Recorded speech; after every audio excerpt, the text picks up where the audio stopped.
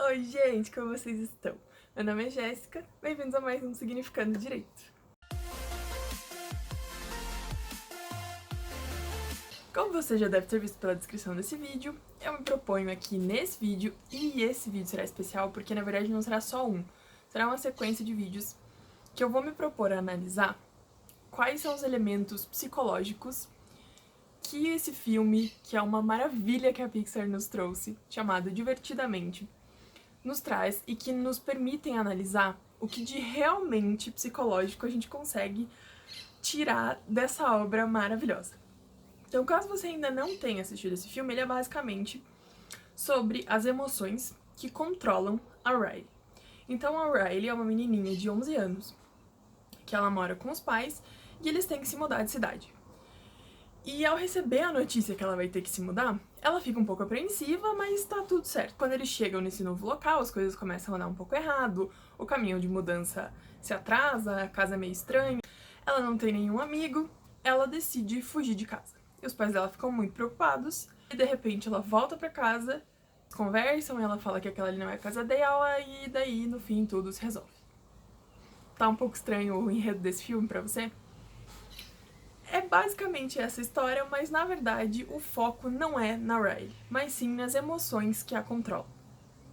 E eu quis propositalmente trazer o enredo sem falar das emoções, porque eu vou abordar mais pra frente como seria o filme se a gente não soubesse o que se passa dentro da cabeça dela. E é exatamente esse o ponto que eu quero trazer mais pra frente. Porque é nesse mundo que a gente vive. A gente não consegue entrar na cabeça de cada uma das pessoas pra saber exatamente o que acontece. Então vamos lá, nessa primeira parte dessa análise toda. Vamos entender quem são essas emoções. Então, dentro da cabeça da Riley, existem 5 emoções que controlam um painel que faz com que a Riley exista nesse mundo. As emoções são alegria, tristeza, raiva, medo e nojo. Essas são as 5 emoções principais. E por que essas emoções? Elas foram escolhidas aleatoriamente? Não. Um dos consultores que auxiliou nesse filme é o Paul Ekman. Ele é um psicólogo norte-americano que se especializou na leitura de microexpressões faciais e identificou as emoções básicas dos seres humanos. Então, inicialmente elas eram 6 e atualmente os estudos mais recentes dele dizem que são 7. Então, além dessas 5, atualmente, como eu disse, são 7 e ele adicionou a surpresa e o desprezo.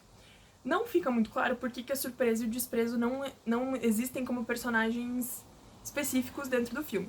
Mas fica muito claro que essas duas emoções habitam em todos os outros personagens. Então, assistindo a história, a gente consegue ver que em vários momentos a alegria fica surpresa, o medo fica surpreso, a nojinho expressa desprezo em diversos momentos. Então dá pra ver que essas expressões, essas emoções todas, elas são demonstradas durante o filme, mas os personagens são apenas esses 5. E é muito interessante porque no comecinho do filme, a Alegria inicia explicando quem são esses outros personagens. Então ela fala que quem narra a história toda do filme é a Alegria. E ela fala que ela é a maior responsável pela formação das memórias da Riley e que ela é muito orgulhosa disso, de falar que a grande parte da vida da Riley foi muito feliz, que foi muito alegre, que o nojo é responsável por manter a Riley longe de perigos, então dela não comer algo envenenado, ou de daí quando ela cresce um pouquinho, esse nojo também acaba se transformando em uma questão um pouco mais social, dela saber com quem ela pode se relacionar ou não, que o medo é essencial para que a Riley consiga sobreviver no mundo, porque o medo é uma emoção essencial para que a gente saiba se desvencilhar, identificar perigos na nossa vida, que a raiva é uma emoção necessária para que a Riley consiga se manifestar, para que ela consiga se impor diante de injustiça e lutar pelo que ela quer. E ela diz no começo que ela não sabe muito bem qual é a função da tristeza. Tanto que ela não deixa a tristeza se aproximar do painel de controle. E o papel da tristeza eu vou falar um pouquinho mais pra frente, porque ela merece uma atenção toda especial.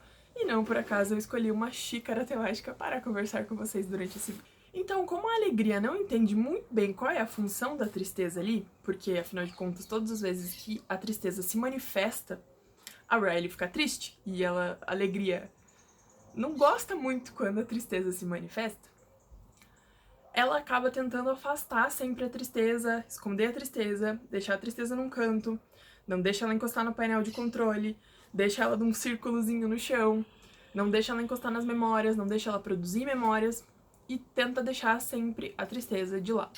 Até que chega um momento que elas entram meio que num conflito, a tristeza tenta pegar uma das memórias, quando ela encosta na memória, a memória fica azul, a bolinha da memória fica azul. A alegria tentando proteger essas memórias, acabam que as duas, tentando defender as memórias da Riley, acabam sendo expulsas da torre de controle.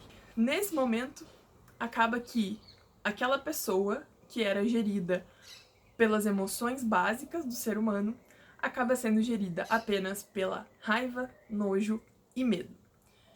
E qual é o resultado prático disso? Acaba sendo uma adolescente birrenta, que não sabe se comunicar com os pais, que acaba sendo super grossa com os pais, que quer fugir de casa e não sabe muito bem como se comportar. Então, se a gente não tivesse acesso ao fato de que a alegria e a tristeza foram expulsas, foram jogadas pra fora do centro de controle da Riley, a gente só teria acesso ao exterior dela, que é uma adolescente birrenta. E isso é uma informação muito importante que a gente precisa conversar mais pra frente. Então, a partir do momento em que a torre de controle fica sem dois personagens principais, sem duas emoções principais, essa mudança de comportamento da Riley fica muito evidente. E essa é uma questão muito interessante também, tecnicamente muito legal que o filme traz. A influência das emoções no nosso comportamento.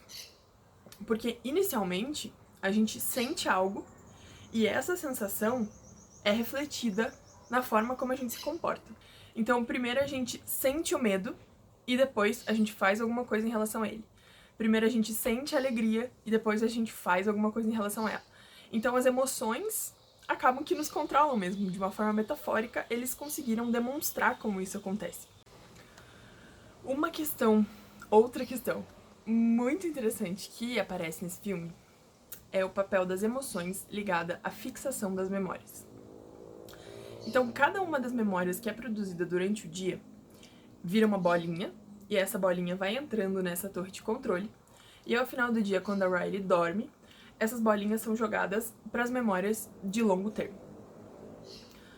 Nessa memória de longo termo, existem ali uns guardinhas, uns seguranças, uns personagenzinhos, que são responsáveis por jogar essas bolinhas, essas memórias que perdem a cor.